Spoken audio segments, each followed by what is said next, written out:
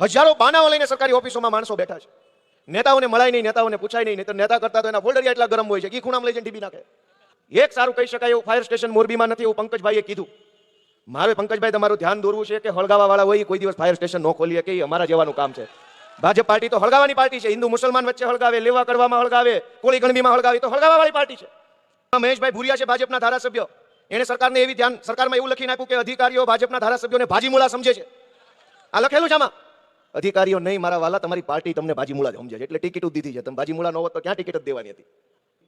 જો દીકરીઓ ઉપર જુલમ કરવામાં, ખોટી એફઆઈઆર કરવામાં કઈ બાકી ન રાખતા હોય તો અમારી ઉપર તો હું બાકી રાખતા હશે. પણ અમે કડક કાળજાના માણસો છીએ. અમે એવા ભાજપ વાળાથી બીતા નથી. તમારા હોય એટલી એફઆઈઆર કરી લેજો ને તમારા ચોપડે લખતા રહેજો, કેમ કે અમારી સરકાર આવે પછી હિસાબ મેળ થવો જોઈએ પાછો. કાલ અમે તમારી ઉપર એફઆઈઆર કરીએ ને જેલમાં પૂરીએ તો પછી કહેતા નહીં કે બે વધુ કરી. તમે તમારા ચોપડામાં લખતા રહેજો, અમે અમારા ચોપડામાં લખતા રહીએ છીએ તમે કેટલો જુલમ અમારા ઉપર કર્યો છે. રૂપિયાવાળા થઈ જવું હોય, ગાડી બંગલાવાળા થઈ જવું હોય, મોટી મોટી ગાડીઓમાં ફરવાનું કરવું હોય તો માત્ર ઊભું ડોકું હલાવીએ ને એટલી જ વાર લાગે, ટેકાના ભાવે લઈ લે એમ છે. પણ અમારે એ ઊભું ડોકું હલાવીને રૂપિયાવાળા નથી થવું. અમારું ડોકું તો આડું હલશે કે નહીં, ખોટું નહીં હાલે, પાડી દેવાના છે, નહીં હાલે, ખોટું ડોકું આડું ચલાવવાનું છે ગમે ત્યારે. અમે તો પાટીદાર આંદોલન વખતના આડા ડોકા હલાવીશું. શહેનશાહ જો ગાંધીનગરથી આવે તો રોડ બની જાય, પટા લાગી જાય, કલર થઈ જાય. કેમ તો કે અજીમો શાન શહેનશાહ મુઘલ સમ્રાટ આવ્યા છે ગાંધીનગરથી. મુઘલ સમ્રાટ આવે તો રોડ બને, મુઘલ સમ્રાટ આવે તો પટ્ટા લાગી જાય. મુઘલ સલ્તનતના બધા બાદશાહો ગાંધીનગર દિલ્હીથી આવે તો રાતો રાત આખી નગરપાલિકા, મહાનગરપાલિકા, કલેક્ટરો, જિલ્લે ઇલાહી આવી ગયા છે કે રોડ બનાવો.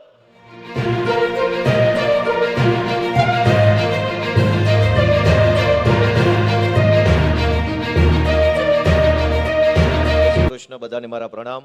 જય કિસાન, જય ગોપાલ. દોસ્તો, આજે મોરબીમાં રવાપરા રોડ ઉપર બાપા સીતારામ ચોકમાં લગભગ 10:15 તો થઈ ગયા છે. ઊંઘવાનો આ સમય છે અને એમ છતાંય આટલી કડકડતી ઠંડીમાં ઊંઘવાના સમયે તમે બધા જાગો છો એટલે મને એવું લાગે છે કે વિસાવદર વાળી હવે અહીંથી જ થવાની છે. કેમ કે માણસ મોડી રાત સુધી ત્યારે જાગે જ્યારે કંઈક બહુ મોટો બદલાવ આવવાનો હોય અને એ બદલાવની શરૂઆત મોરબીના બાપા સીતારામ ચોકથી થશે એવી મને હવે આજે તમારી બધાની હાજરી અને ઉત્સાહ જોઈને એવી શ્રદ્ધા છે. દોસ્તો, હું મંચ ઉપર બેઠેલા અમારા આગેવાન ઈશુદાનભાઈ, મનોજભાઈ અને અન્ય સાથી મિત્રો બધાના નામ લેતો નથી જેથી કરીને મૂળ ટ્રેક ઉપર ઝડપથી આવી શકાય. હું આજે મોરબીમાં તમારા દીકરા તરીકે તમને એક વિચાર આપવા માટે અને આત્મા જગાડવાની વિનંતી કરવા માટે આવ્યો છું. નેતા તરીકે નહીં, પણ તમારા દીકરા તરીકે કે ભાઈ કંઈક આપણે વિચારવું પડશે કે આ બધું કેમ હાલે છે અને કેવું હોવું જોઈએ. મારા પૂર્વમાં બધા જ વક્તાઓએ બધી સમસ્યાઓની વાત કરી, હું થોડીક સમસ્યાઓની વાત કરીશ. આજકાલ કરતા 30 વર્ષ પૂરા થઈ ગયા. બીજેપીની સરકાર બનતી આવી, નગરપાલિકા એમની, ગ્રામ પંચાયત એમની, લોકસભા એમની, વિધાનસભા એમની, મહાનગરપાલિકા બધું જ એમના માણસો ચૂંટાય છે અને બધી જ જગ્યાએ આપણામાંથી જ બધા લોકોએ એમને મત આપી અને બેસાડ્યા. અને ત્યાર પછી આ 30 વર્ષનો સમયગાળા પછી પાછળ વળીને આપણે જરાક જોઈએ, વિચારીએ કે આટલો સમય આપણે ભાજપ પાછળ બગાડ્યો, ભાજપ પાછળ આપણે સમય રોક્યો, એના બદલામાં આપણને શું મળ્યું? આપણી હાલત બદલાણી કે ન બદલાણી? એ વિચાર જો આપણે કરીએ તો આપણને ખ્યાલ આવે છે કે 30 વર્ષમાં ભાજપની પરિસ્થિતિ ઘણી બદલાણી, પણ આપણી પરિસ્થિતિ તો હજુ બદલાણી નથી. અને એટલે હવે વિચારવાની જરૂર ઊભી થઈ છે કે શું કરવું જોઈએ, કેવી રીતે કરવું જોઈએ અને કયા કયા નેતાઓની આગેવાનીમાં આગળ વધવું જોઈએ. આજ આમ આદમી પાર્ટી ગુજરાતભરની અંદર એક નવી આશા, વિશ્વાસ અને અપેક્ષાનું પ્રતીક બનીને આગળ વધી રહી છે. વિસાવદર વિધાનસભાની ચૂંટણી પછી આખા ગુજરાતના લોકોની અંદર હિંમત આવી, બળ આવ્યું, બોલવાની બધાની અંદર એક શક્તિ આવી કે હવે તો બોલવું છે, હવે તો કહેવું છે, જ્યાં કંઈ ખોટું થાય, અન્યાય થાય ત્યાં મારે વિરોધ કરવો છે. હજારો લોકો બોલતા થયા, અવાજ ઉઠાવતા થયા. એનું સૌથી પહેલું એક પરિણામ મળ્યું. વિસાવદર વિધાનસભાની ચૂંટણી પછી ગુજરાતભરના લોકોમાં જે હિંમત આવી, બોલતા થયા, એના કારણે સરકાર ઉપર એક અસર પડી અને અસર એવી પડી કે સરકારે તાત્કાલિક મંત્રીમંડળ બદલવું પડ્યું. તમે વિચારો કે જો વિસાવદરની વિધાનસભાની ચૂંટણીમાં હું ન જીત્યો હોત તો મંત્રીમંડળ બદલાયું હોત કે ના બદલાયું હોત? ના બદલાયું હોત. વિસાવદર પછી એવડો મોટો ગુજરાતની અંદર માહોલ બન્યો કે સરકારે મંત્રીમંડળ બદલાવવું પડ્યું અને એનોય વાંધો નથી, ભલે બદલાયું, પણ નવા જે કોઈ પણ માણસો મંત્રી બન્યા છે એ બધાનું રાજકોટમાં, અમદાવાદમાં, સુરતમાં સન્માન સમારોહ ચાલુ છે. તમે બધા ટીવીમાં જોતા હશો, થાય છે કે નહીં? આખું ટોળું ઘડી રાજકોટ જાય ન્યા સન્માન, સુરત જાય ન્યા સન્માન, અમદાવાદમાં સન્માન. મારે ખાલી એટલો જ પ્રશ્ન જનતા સમક્ષ મૂકવો છે કે આ નવા મંત્રી જેને બનાવ્યા એ બહુ હોશિયાર છે, ટેલેન્ટેડ છે, બહુ ભણેલા ગણેલા અનુભવી જબરજસ્ત બુદ્ધિશાળી છે એટલે મંત્રી બનાવ્યા છે કે ગામમાં સૌથી ગાંડામાં ગાંડા અને લાયકાત વગરના છે એટલે બનાવ્યા? તમે તમારા મનથી વિચારો. તમારું મન એમ કે ગુજરાતના શિક્ષણ મંત્રી જેને બનાવ્યા એ ગુજરાતનો ટેલેન્ટેડ માણસ છે, શાનદાર બુદ્ધિશાળી માણસ છે એટલે બનાવ્યો છે. એવું જો તમારા અહીંયા ઉપર હાથ રાખીને તમે માનતા હો તો હું તમારી માન્યતા સાથે સંમત છું. તમામ મંત્રી બનાવ્યા એની એક જ લાયકાત જોઈને બનાવ્યા કે એનામાં કોઈ લાયકાત જ નથી. એ જ એની લાયકાત. હવે તમે વિચારો કે આ મંચ ઉપરથી આમ આદમી પાર્ટીના આગેવાન તરીકે હું પ્રશ્નો બોલું કે મોરબીમાં રોડની સમસ્યા છે, સિરામિક ફેક્ટરીઓમાં આ સમસ્યા છે, ઓલી સમસ્યા છે, આ સમસ્યા, આ સમસ્યા, આ સમસ્યા. સમસ્યા તો બધાને ખબર છે, પણ કહેવાની કોને? કહેવાની કોને? આજ ગુજરાતમાં સાંભળવા વાળું કોણ છે જનતાની વાત? આપણે જેને 30 વર્ષ સુધી મેં આપેલો છે ભાજપને અનેક વખત. નોકરીમાં હતો ત્યારે બેલેટથી મતદાન બીજેપી માટે કરેલું. પણ દોસ્તો આટલા વર્ષ સુધી મત આપ્યા પછી આપણા પ્રશ્નોનું કદાચ સોલ્યુશન ન થાય તો હજુ જનતાને વાંધો નથી, પણ સાંભળે તો ખરો કોક. સાંભળવા વાળો તો હોવો જોઈએ. તમે ગ્રામ પંચાયતથી ચાલુ કરો, ગ્રામ પંચાયતમાં કોઈ સાંભળવા વાળું નથી, તાલુકા પંચાયતમાં નથી, મામલતદાર ઓફિસમાં નથી, પ્રાંત ઓફિસમાં, કલેક્ટર ઓફિસમાં, નગરપાલિકાઓમાં આમ જનતા જ્યારે પોતાની વાત લઈને જાય તો કોઈ સાંભળવા વાળું નથી. કોઈ એને કંઈ એની પીડા સમજવાની તૈયારી નથી કોઈની. ધક્કા ખવડાવો, આજ આવજો, કાલ આવજો, સાહેબ રજા ઉપર છે, સાહેબ મીટિંગમાં છે, આમ છે, તેમ છે. હજારો બાનાઓ લઈને સરકારી ઓફિસોમાં માણસો બેઠા છે. નેતાઓને મળાય નહીં, નેતાઓને પૂછાય નહીં, નહીં તો નેતા કરતા તો એના ફોલ્ડરિયા એટલા ગરમ હોય છે કે ખૂણામાં લઈ જઈને ટીબી નાખે. દોસ્તો કોઈ પણ પ્રશ્ન હોય, માણસને પીડા હોય તો કહેવાની કોને? ક્યાં જઈને કહેવાની? કોણ સાંભળશે? પોલીસ સ્ટેશનોમાં તો ફરિયાદ લખાવા જવાનું બાપા નામે ન લેવાય. બેગ ઢીકા કોકે માર્યા હોય ને તો એને સમાધાન કરી લેવાય, પણ પોલીસ સ્ટેશન ન જવાય એવો માહોલ આખા ગુજરાતમાં છે. કોક આપણું લઈને વયું ગયું હોય. ગઈકાલે હું ટેક્સટાઇલ માર્કેટ સુરતમાં ગયો હતો. ટેક્સટાઇલના વેપારીઓને મળ્યો હું. ટેક્સટાઇલ એક આખા ભારતનો અને વિશ્વનો મોટામાં મોટો ધંધો છે. આ આખા દેશમાં જે કપડાં વેચાય છે એમાંથી મોટા ભાગના કપડાં સુરતમાં બને છે. જેમ અહીંયા સિરામિક છે એ વિશ્વ લેવલે ફેલાયેલો ધંધો છે, એમ સુરતમાં ટેક્સટાઇલ્સ એ વિશ્વ લેવલે ફેલાયેલો ધંધો છે. હું વેપારીઓને મળ્યો, મેં પૂછ્યું કે ભાઈ શું સમસ્યા છે, અમને કયો, અમારા ધ્યાને મૂકો, અમને ખબર હશે તો ક્યારેક કંઈક સરકારી વિધાનસભામાં કે બીજેથી જે બોલીશું, અવાજ ઉઠાવીશું, જનતા સમક્ષ મુદ્દો લઈ જશું. અનેક વેપારીઓ એવું કીધું કે જ્યારે કોક અમારી સાથે ફ્રોડ કરી જાય, માલ લઈ જાય, પેમેન્ટ ન આપે, ખોટા ચેક પકડાવી જાય, વાયદા મારીને છેતરપિંડી કરે, પોલીસ સ્ટેશને લખાવા જાય તો અમારી કોઈ ફરિયાદ લેવાના બદલે ઉલટાના અમારી પાસેથી તે બધું તોડ કરવાની કોશિશ થતી હોય. એટલે અમે તો 2 લાખનો માલ ગયો હોય તો જાતો કરી દેવી, કમાવામાં ધ્યાન આપો, આમાં ધ્યાન આપશું તો 2 ની વાહે 4નો ખર્ચો થશે. દોસ્તો આટલી પરિસ્થિતિ ગુજરાતની ખરાબ છે, લોકો દુખી છે, હેરાન છે, પરેશાન છે, તો સરકાર સુધી વાત કેમ નથી પહોંચતી? આપણા ઘરમાં આપણો દીકરો જુવાન હોય કે નાનો હોય, એ 2 દિવસ ઓછું બોલે, ઓછી મજાક મસ્તી કરે ને તો ઘરને ખબર પડી જાય કે બાબલો કંઈક બીમાર લાગે છે. રોજ જેટલું બોલતો એટલું ન બોલે તો પરિવારમાં ખબર પડી જાય કે બેટા કેમ 2 દિવસથી કઈ બોલતો નથી, સુનમુન છો, કેમ બધું ખાતો નથી, ઓછું ખાય તો પરિવારને ખબર પડી જાય કે દીકરાને કંઈક તકલીફ છે. આ ગુજરાતમાં હજારો લોકો છે એ ભાજપની સભામાં આવતા બંધ થઈ ગયા. ઉપર ખબર નહીં પડતી હોય, પહેલા મત આપતા હતા, સભામાં આવતા કાં બંધ થઈ ગયા નહીં ખબર પડતી હોય એને. મને એમ લાગે છે કે 2 પરિસ્થિતિ બની હશે ગુજરાતમાં. યા તો ગાંધીનગરમાં બેઠેલા નેતાઓને કોઈ કહેવા વાળું જ નહીં હોય, અને યા તો કહેવા વાળા મારી જેવા હશે તો ગાંધીનગરમાં કોઈ સાંભળવા વાળું નહીં હોય. આ 2 પરિસ્થિતિમાં ગુજરાતના હજારો લોકો દુખી છે. અને એટલે હું તમને વિનંતી કરવા આવ્યો છું, તમારો આત્મા જગાડો, તમારા મનને ઢંઢોળો કે આવું ને આવું ક્યાં સુધી ચાલશે અને આની અંદર બદલાવ કરવો હોય તો શું કરવું પડશે. અમે તો જીગર કરી છે, અમે તો ભાજપ સામે 12 વટે ચડ્યા છીએ, અમે તો છેક સુધી લડી લેવાની તૈયારી સાથે હામાં પડ્યા છીએ. તમારો આશીર્વાદ હશે તો અમારું 12 વટું ટકશે, 12 વટામાં વિજય થાય. અમારો દોસ્તો તમારા આશીર્વાદની જરૂર છે. પંકજભાઈ રાણસરિયા જ્યારે બોલતા હતા ત્યારે એમણે એમ કીધું કે મોરબીમાં એક સારું ફાયર સ્ટેશન નથી. અહીંયા તો આ સિરામિકનો ધંધો છે, ગેસ આરે કામ કરવાનું, ગેસની પાઇપો આવી છે, અને આ તો બધું જોખમી કહેવાય. આમ એક દ્રષ્ટિએ ન કરે નારાયણને કંઈક થયું હોય તો બહુ મોટી દુર્ઘટના બને. એક સારું કહી શકાય એવું ફાયર સ્ટેશન મોરબીમાં નથી, એવું પંકજભાઈએ કીધું. મારે પંકજભાઈ તમારું ધ્યાન દોરવું છે કે હળગાવા વાળા હોય કોઈ દિવસ ફાયર સ્ટેશન ન ખોલીએ કે અમારા જેવાનું કામ છે. ભાજપ પાર્ટી તો હળગાવાની પાર્ટી છે. હિન્દુ મુસલમાન વચ્ચે હળગાવે, લેવા કરવામાં હળગાવે, કોળી ગણબીમાં હળગાવે, તો હળગાવા વાળી પાર્ટી છે. ઈ શું ફાયર સ્ટેશન ખોલવાની? ઈ તો 2 જણા વચ્ચે આગ લગાડનારા લોકોની પાર્ટી છે, આગ ઓલવનારા નથી. અને એટલે હું તો તમને વિનંતી કરવા માટે આવ્યો છું કે જરાક જાગો, જરાક વિચારો. સરકાર ધારે તો ઘણું થઈ શકે, પણ સરકાર ધારે કેમ નહીં? આજ આ મોરબીને સૌથી મોટી ઓળખ આપી, પગભર થવાનું જેણે પ્લેટફોર્મ પૂરું પાડ્યું, સિરામિકના ધંધાથી શરૂ કરું મારી વાત, કે આખા દુનિયાની અંદર અહીંની ટાઇલ્સ વેચાય છે. જૂના જમાનામાં ઓલી સિમેન્ટની લાદી બનતી, મહાદેવ બાપાને શું કહેવાય, મોજેબ ત્યારથી લઈને આજે હાઈફાઈ ટેકનોલોજી વાળી વિટ્રીફાઈડની બધી આખી વેરાયટીઓ બનતી થઈ છે.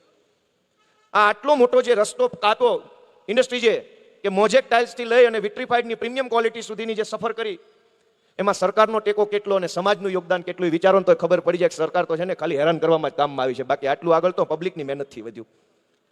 સરકાર બીજી કોઈ મદદ ન કરે, સિરામિક ઇન્ડસ્ટ્રીઝને કોઈ મદદ ન કરે, ખાલી નડવાનું બંધ કરી દે ને તો આ ધંધો અત્યારે છે ને એના કરતાં 10 ગણો મોટો હજુ બની શકે એમ છે. ખાલી નડવાનું બંધ કરી દેવાનું, કોઈ અધિકારી ઓફિસે ડોકાવો ન જોઈએ ક્યાંય, જીએસટી વાળોય નહીં, કોર્પોરેશન વાળોય નહીં, ધૂળની ડમરી વાળોય નહીં, જીપીસીબી વાળોય નહીં. નડવાનું બંધ કરી દે ને તો લોકોમાં એ શક્તિ છે કે લોકો પોતાના મહેનતથી આ શહેરને હજુ મોટું અને મજબૂત બનાવી શકે એમ છે. પણ સરકાર પાસે કોઈ વિઝન નથી. દોસ્તો, સૌથી એવડી મોટી સમસ્યા છે કે આ ભાજપની સરકાર પાસે કોઈ વાતનું આયોજન નથી. આપણે એક ઘર બનાવતા હોઈએ તો આપણી પાસે આયોજન હોય કે આ ઘરમાં ટોયલેટ કઈ બાજુ રહેશે, બેડરૂમ કઈ બાજુ રહેશે, કઈ સાઈઝનો બેડરૂમ રહેશે, બાલ્કની ક્યાં રહેશે, પંખો કેવો હશે, સોફા કેવા હશે, બધું જ આયોજન કર્યા પછી મકાન બનાવીએ. આ સરકારને કાલ શું થશે ને કોઈને કઈ ખબર નથી. આજે શું કરવાનું છે એ મીટિંગમાં ઉપરથી ફોન આવે ને બધા અધિકારી લાગી જાય છે. આ મોરબીને મહાનગરપાલિકાનો દરજ્જો આપ્યો. હવે તમે વિચારો કે કોઈ પણ ભાજપના નેતાને તમે ખૂણે ખાંચ કે પૂછજો કે આ મહાનગરપાલિકા બની તો તમારી પાર્ટી 10 વર્ષમાં મોરબીમાં શું બનાવવા માંગે, ખાલી 3 વસ્તુ કહી દો, એક કઈ ખબર નહીં હોય. કોઈ પણ ભાજપના નેતાને પૂછો કે આ મોરબી મહાનગરપાલિકામાં આવતા 10 વર્ષમાં સરકારનું વિઝન શું, એક કે પેજ પ્રમુખને ખબર હોય તો મારી પાસે લઈ આવજો, મારે એના હાથે છે ને સ્વાગત લેવું છે મારું. કોઈને ખબર નથી, બસ દરજ્જો આપ્યો અને બધાને ઇન્ડસ્ટ્રીયાલિસ્ટોને બધા તાલીઓ પાડો ને પેંડા વેચો ને ઢોલ વગાડો. શું કામ? તો કે દરજ્જો મળ્યો. એવો તો હું માઇક વાળા ભાઈ કલેક્ટરનો દરજ્જો આપી દઉં ગોપાલભાઈ તરફથી, વાલે કલેક્ટરનો દરજ્જો લઈ જા. એનાથી હું એનાથી શું? કોઈને ખબર જ નથી થવાનું શું છે. મોરબીની અંદર કોઈ યુનિવર્સિટી ખુલવાની છે આવતા 10 વર્ષની અંદર મહાનગરપાલિકામાં સ્માર્ટ સિટીના ભાગરૂપે, તો કે કોઈને ખબર નથી. દરજ્જો મહાનગરપાલિકાનો. મોરબીની અંદર કોઈ સિરામિકને લગતું બહુ મોટું રિસર્ચ સેન્ટર ખુલવાનું છે નેશનલ કક્ષાનું, તો કે ના એવું કાંઈ ખબર નથી, દરજ્જો મળી ગયો છે અત્યારે. કોઈ મોટું આધુનિક ફાયર સ્ટેશન ખુલવાનું છે, તો કે ના એવી કાંઈક અમને ખબર નથી, ઉપરથી કીધું નથી, દરજ્જો મળી ગયો છે. આવા ને આવા કેટલાય દરજ્જા પકડાવીને 30 વર્ષથી આપણા મત ખંખેરી લે છે. ક્યારેક નગરપાલિકાનો દરજ્જો આપી દે, નગરપાલિકા ધરાઈ જાવ તો કે હવે મહાનગરનો દરજ્જો આપ્યો, હવે કાંઈક થાય. મહાનગરના દરજ્જામાં જો 10 વર્ષ મત આપીને ધરાઈ જાવ તો સ્માર્ટ સિટીનો દરજ્જો આપી દે. દરજ્જો બદલાયા કરે છે પણ માણસની પરિસ્થિતિ નથી બદલાતી. દોસ્તો, હાલત નથી બદલાતી. ગરીબ માણસની હાલત બદલવી હોય તો હાવણો લગાવો, ગંદકી સાફ કરો, એવી વિનંતી મારે કરવી છે. એક બાજુ દરજ્જો બદલાય, આ બાજુ મંત્રી બદલાય, આ બાજુ અધિકારી બદલાય, માણસ તો ન્યાનો ન્યા જ ઉભો રહેશે. આ સિરામિક ઇન્ડસ્ટ્રીઝની અંદર શેઠિયાઓ ને મજૂરો મહેનત કરનારા બધાય છે. જીએસટીમાં દર મહિને 10 લાખનો બાંધ્યો હપ્તો લે છે, એવા સમાચાર મળ્યા છે. હપ્તો લેનારા બદલાય છે, હપ્તો લેનારા બદલાઈ જાય છે. ઘડીક આ સાહેબ આવે ને ઘડીક ઇટાલિયા સાહેબ આવે ને ઘડીક સોરઠિયા સાહેબ આવે ને ઘડીક આ સાહેબ આવે. પણ એકેય સાહેબને એવી શરમ આવે છે કે આ શહેરને પગભર કરનારા ધંધાને હું કંઈક આપીને જાઉં, કંઈક એને સારું કરી દઈને જાઉં. 20 વર્ષથી બીજેપીને મત આ શહેરમાંથી મળે છે, આ જિલ્લામાંથી મળે છે. સરકારે ધાર્યું હોત તો 5000 વીઘા જમીનનું સંપાદન કરીને એક સરસ મજાનો આનો સિરામિકનો આખો ઇન્ડસ્ટ્રીયલ પાર્ક બનાવી શકાયો હોત. નથી બન્યો. ઇન્ડસ્ટ્રીયાલિસ્ટો પોતાની રીતે જમીન લે, પોતાની રીતે એને કરાવે, પોતાની રીતે બાંધકામ કરે, મન પાવે એવી રીતે આગળ વધી શકે. સરકારે ધાર્યું હોત તો 10,000 5,000 વીઘા જમીન અડધી સરકારી અડધી સંપાદન કરીને પૈસા ડબલ ભાવ ખેડૂતોને ચૂકવીને વિશાળ એક મોટામાં મોટો પાર્ક જો બનાવ્યો હોત, ઇન્ડસ્ટ્રીયલ પાર્ક, તો એની અંદર ઇન્ફ્રાસ્ટ્રક્ચર રોડનું સારું હોત, ગટર કનેક્ટિવિટી હોત, ઇલેક્ટ્રિસિટી હોત, ગોડાઉન હોત, અનેક વ્યવસ્થા સરકાર એક જ જગ્યાએ ઊભી કરી શકી હોત. પણ 30 વર્ષમાં એવું કંઈ થયું નહીં. શું કામ?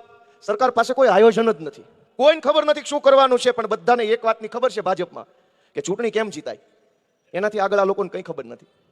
ચૂંટણી કેમ જીતાય એમાં માસ્ટર માઇન્ડ, પણ ચૂંટણી જીત્યા પછી લોકોના જીવનમાં બદલાવ આવે એવું શું કરવું જોઈએ એ કોઈને ખબર નથી. તમે વિચાર કરો, જિલ્લે જિલ્લે કલેક્ટરો, તાલુકે તાલુકે મામલતદારો, ટીડીઓ, એસપી, ડીડીઓ. હું તમને નવાઈ લાગે એવું કહું, હમણાં હું બજેટ વિશે વાંચતો હતો. હમણાં બજેટ સત્ર આવવાનું છે તો મારે શું બોલવું, કયા વિષય પર કેમ બોલીશ, કયા આંકડા વગેરે વગેરે હું અભ્યાસ કરતો હતો. અને મારા ધ્યાનમાં એક બાબત આવી કે આખી ગુજરાત સરકારનું અંદાજિત બજેટ એક વર્ષનું 3 લાખ કરોડ રૂપિયા છે. એટલે કે આખી સરકાર એક વર્ષમાં 3 લાખ કરોડ રૂપિયાનો વહીવટ કરે છે.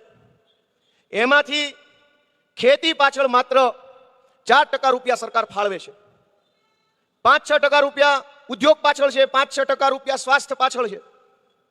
3 લાખ કરોડ રૂપિયાના બજેટમાંથી સૌથી વધુ રૂપિયા કયા ખર્ચામાં વપરાય છે? કોઈને ખ્યાલ છે? સરકારી પગાર પાછળ 40% રૂપિયા સરકારના વપરાય છે.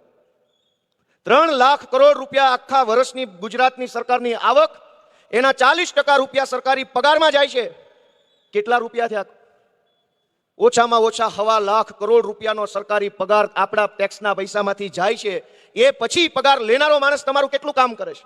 અને કામ તો ભૂલી જાઓ કાકા, સાંભળે છે કેટલું ઈ તો કયો. 1.25 લાખ કરોડ રૂપિયાનો સરકારી પગાર આ બધા જ માણસોના ખિસ્સામાં જાય. એમાં હું આવી ગયો. ધારાસભ્યોને પગાર, મંત્રીને પગાર, સાંસદોને પગાર, કોર્પોરેશનના કોર્પોરેટરોના પગાર, તમારા મહેનત પરસેવાના પૈસાથી ચારો તરફ પગાર પગાર. લઈ જાઓ કોના બાપાની દિવાળી લૂંટા એટલું લૂંટો ને આ લઈ લો પગાર. અને તમને શું મળ્યું? પબ્લિકને શું મળ્યું?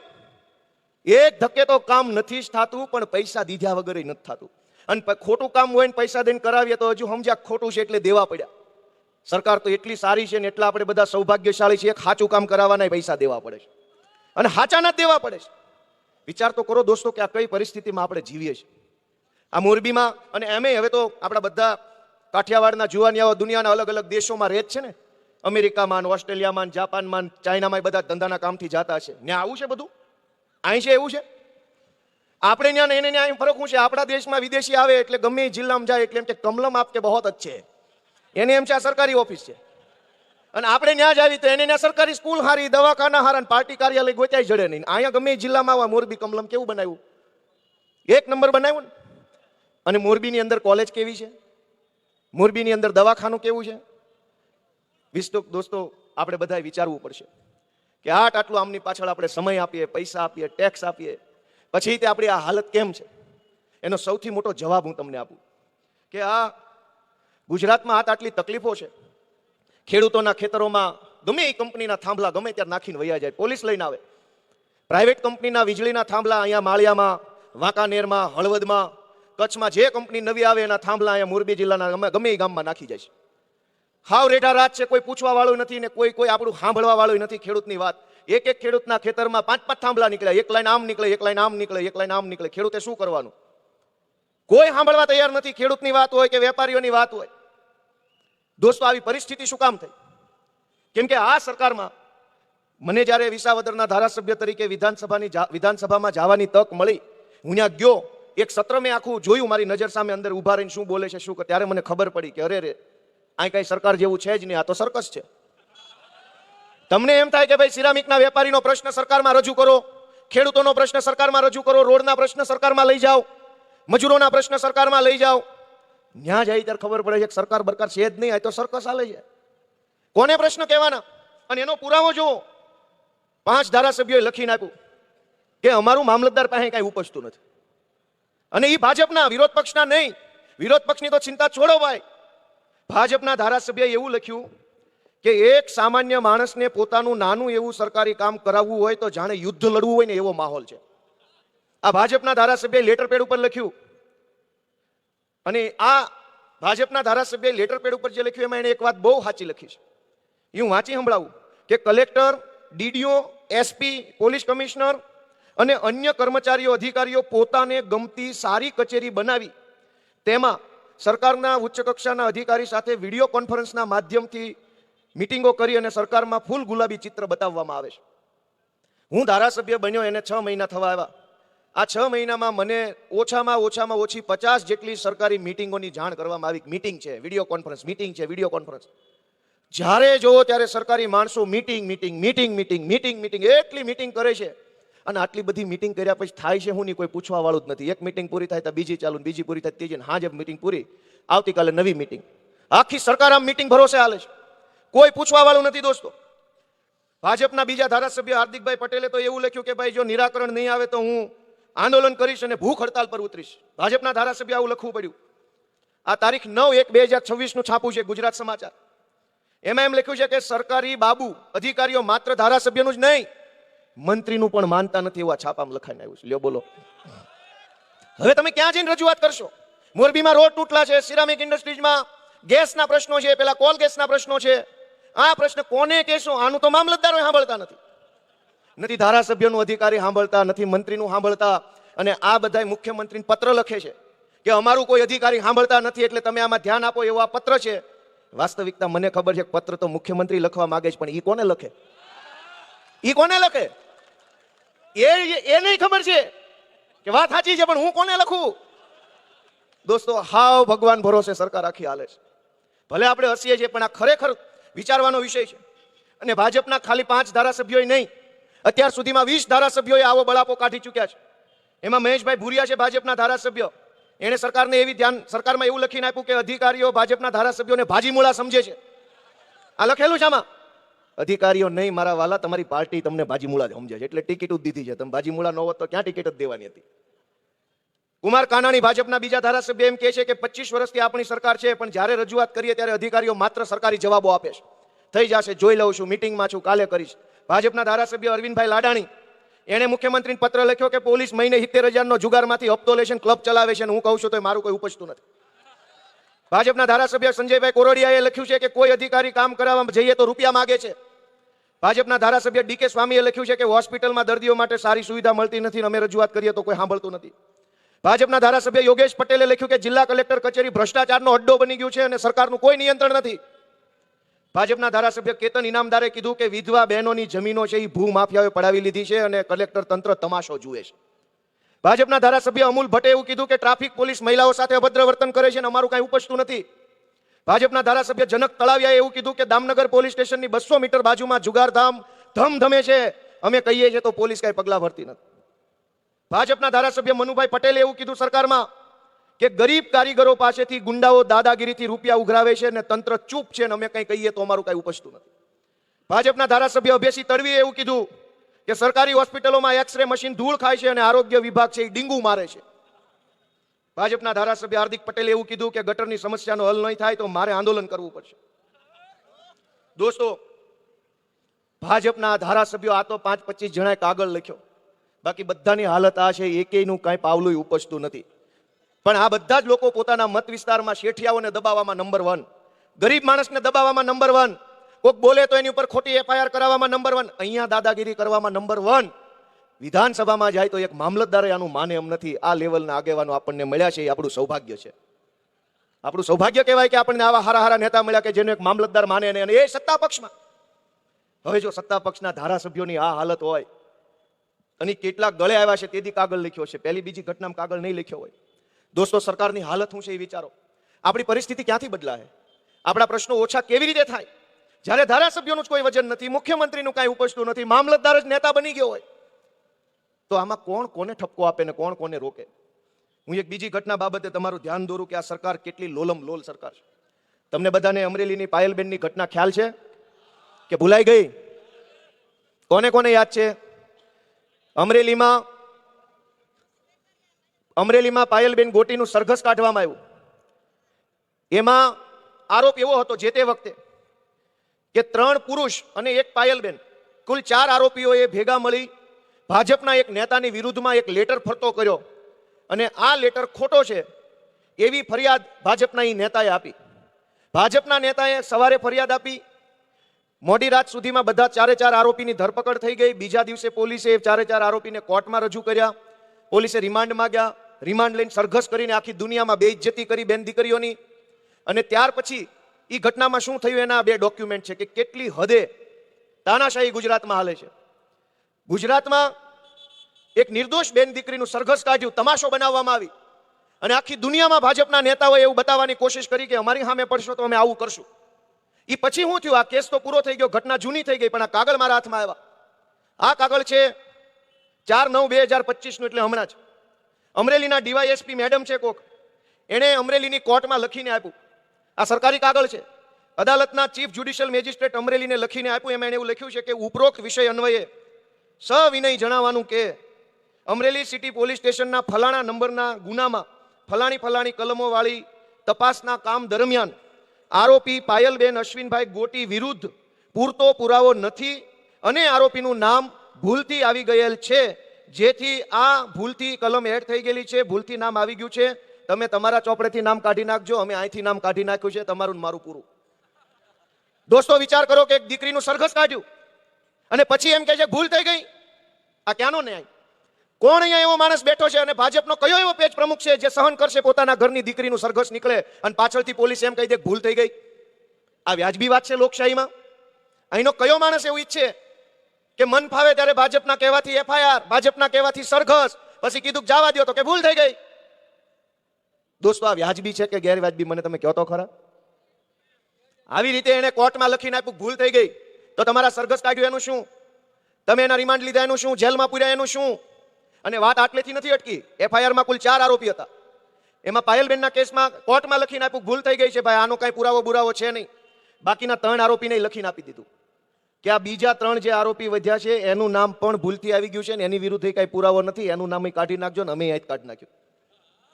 દોસ્તો, એક ખોટી એફઆઈઆર કરી, 4 જણાના રિમાન્ડ લીધા, જેલમાં પૂર્યા, સરઘસ કાઢ્યું, પછી લખીને આપી દીધું, ભૂલ થઈ ગઈ, હી.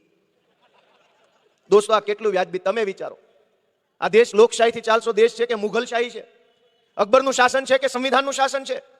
અકબરના શાસનમાં કદાચ આવું નહીં થયું હોય, બહેનો દીકરીઓના સરઘસ કાઢીને પાછળથી કહેવાનું ભૂલ થઈ ગઈ. તે દિવસે આખો સમાજ એમ કહેતો હતો કે આ ખોટું છે, આ દીકરી નિર્દોષ છે, આ ખોટું છે. ત્યારે ભાજપના નેતાને પોલીસે એવું કીધું, ના ના ના, તપાસ ચાલુ છે. અને તપાસ કરીને પછી એમ કહી દીધું, ભૂલ થઈ ગઈ.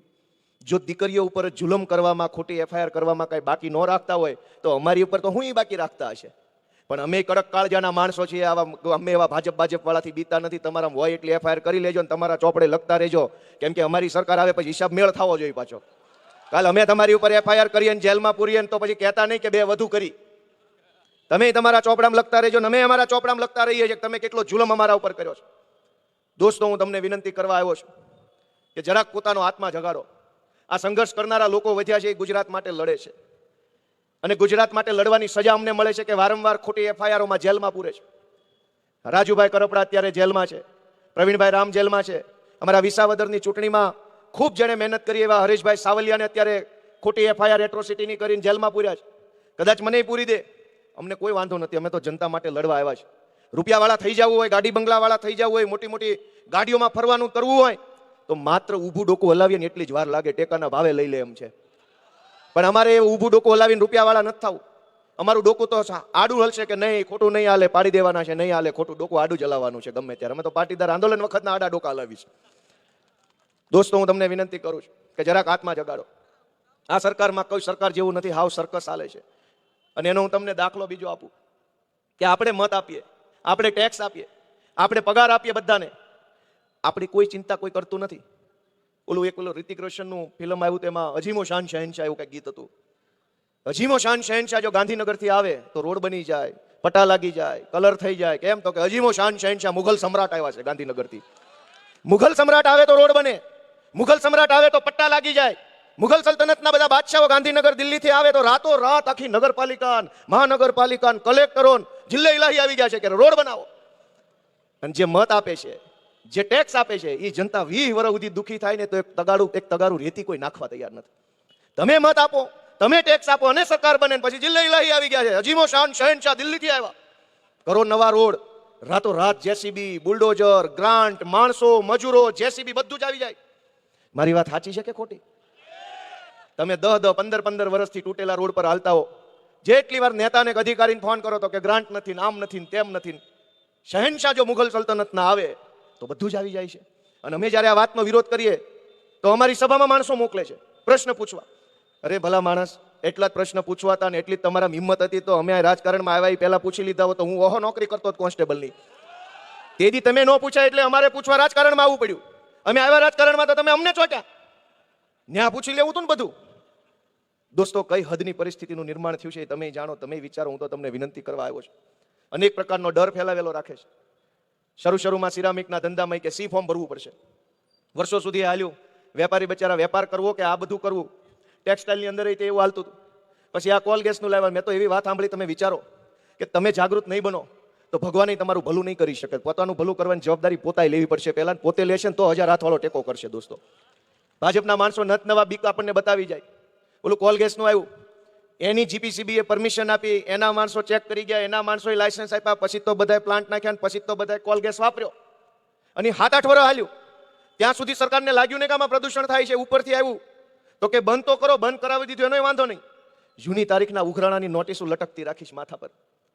એમને વાંધો પ્રદૂષણથી નથી, એમને વાંધો એ વાતનો છે કે તમારી ઉપર એક લબડતી તલવાર કાયમ રાખવી છે, એટલે તમે કાયમ ભાજપને મત દીતા કરો અને કાયમ બીતા રહ્યો. પ્રદૂષણથી જ વાંધો હોય તો હમણાં તમે ગાડીમાં જુઓ, પીયુસીમાં 500 રૂપિયા આપો પ્રદૂષણ ન થાય, નો આપો થાય. ગાડીની માણાઈનો સાયલેન્સરીનો 500 રૂપિયા દઈ દો નથી પ્રદૂષણ, ન દો તો પ્રદૂષણ. આવું જીપીસીબી નું છે, આવું જીએસટી વાળાનું છે. 10 લાખ રૂપિયા મહિને પોગાડજો તો કે રેડી, કમ્પ્લીટ ધંધો હાલે છે, બહુ સરસ. 10 લાખ નો આપો તો ડીજીસીઆઈ આવે ને આ આવે ને તે આવે ને. મોટા ચોરના પેટના આપણી કંપની આવીને ચોરી પકડવાની કોશિશ, ચોરના પેટના છે તો અહીંયા આવ્યા.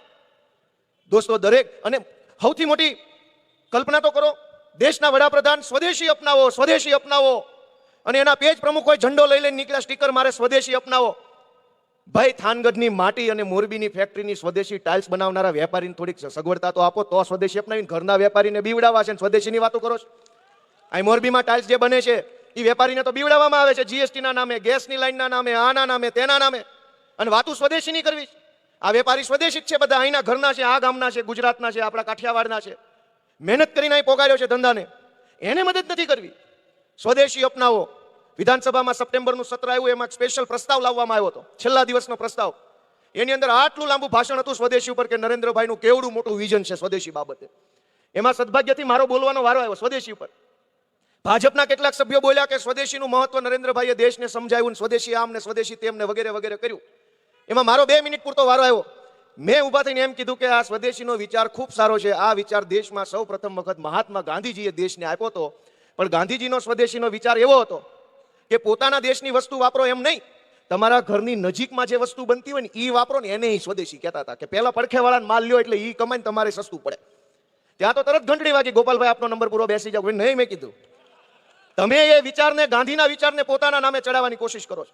અને ઘરના વેપારીને તમે કાયમ બીકમાં રાખવા માટે જીએસટીમાં, ભાઈ ટાઇલ્સ જે છે એ કોઈ કઈ મોજ શોખની વસ્તુ તો નથી, બહુ સારી હોય દરરોજ વાહો ઘણશે. ટાઇલ્સ તો જીવન જરૂરી વસ્તુ છે. ટેક્સ તો મોજ શોખની વસ્તુ પર હોવો જોઈએ. જીવન જરૂરી વસ્તુ પર તો માપનો ટેક્સ હોવો જોઈએ, 5% ટેક્સ હોવો જોઈએ.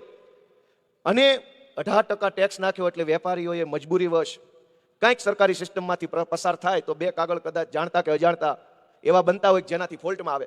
બસ એ ફોલ્ટ પકડીને કાયમ વેપારીને પૈસા લેવાના, મતય લેવાના, અને જે નવો મંત્રી બને એમ કે આનું સન્માનનું ગોઠવી દો ને તમારા ખર્ચે. મિત્રો, હું તમને વિનંતી કરવા આવ્યો છું કે અમારી જેવા જુવાનિયાઓ જે લડવા નીકળ્યા છે એને તમારા આશીર્વાદની જરૂર છે. અમે બધી જ તે ભગવાને અમને એવી શક્તિ આપી છે કે આ નહીં, આની જેવા 1000 ગમે એવા મોટા તાકાતવાળા લોકો આવે ને તો અમે બાંધી લઈએ એમ છે. જરૂર ખાલી તમારા આશીર્વાદની છે. તમારો પ્રેમ ભરેલો હાથ અમારા ઉપર પડી જાય ને તો અમે પોગી રહેવું ઠેઠથી ઠેઠ સુધી દોસ્તો. અને એટલે મોરબીમાં હું બધાને વિનંતી કરું છું, આગેવાનોને, વેપારીઓને, વડીલોને, બધાને, કે તમે અમને માર્ગદર્શન આપો, સપોર્ટ આપો. જાહેરમાં ન આવી શકો તો કાંઈ નહીં, બટન દબાવવા જાઓ ત્યારે ધ્યાન રાખો કે બરબાદીનું બટન દબાવવું છે કે આબાદીનું બટન દબાવવું છે. આબાદીના બટન સામે જાડું દોર્યું હશે અને બરબાદીના બટન સામે ફૂલ દોરેલું હશે. દોસ્તો, મારી વિનંતી તમને જો યોગ્ય લાગી હોય તો હું આશા રાખું છું કે આવનારી મહાનગરપાલિકાની ચૂંટણીની અંદર ખૂબ જંગી બહુમતીથી અમારા તમામ ઉમેદવારોને તમે આશીર્વાદ આપશો. અને ઘણીવાર જ્યારે હું એમ કહું કે અમને આશીર્વાદ આપો, મત આપો, તો ઘણીવાર એવો પ્રશ્ન આવે છે કે કંઈક તમે કંઈક નેતા હારા મૂકજો, ટિકિટ કંઈક હારા માણસ આપજો, હારો ઉમેદવાર મૂકજો. હું એનોય જવાબ આપતો જાઉં કે ભાજપ કરતા 1000 વખત હારો હશે એ વાતની ગેરંટી છે. અમારી પાસે બહુ નામચીન નહીં હોય, તમે જેને આમ નામથી ઓળખતા હો કે ફોટાથી ઓળખો એવો કદાચ ન હોય. સીધા માણસો છે, નાના ઘરના માણસો છે, પણ ઈમાનદાર હશે, લોકોનું કામ કરે એવા હશે, ધીરજવાળા હશે, સંયમી હશે, વિનમ્ર હશે, એ વાતની ખાતરી છે. દોસ્તો, તમારા બધાનો આશીર્વાદ મળે એવી આશા સાથે આપ સૌએ મને શાંતિથી સાંભળ્યો એ બદલ ખૂબ ખૂબ હૃદયપૂર્વક આભાર.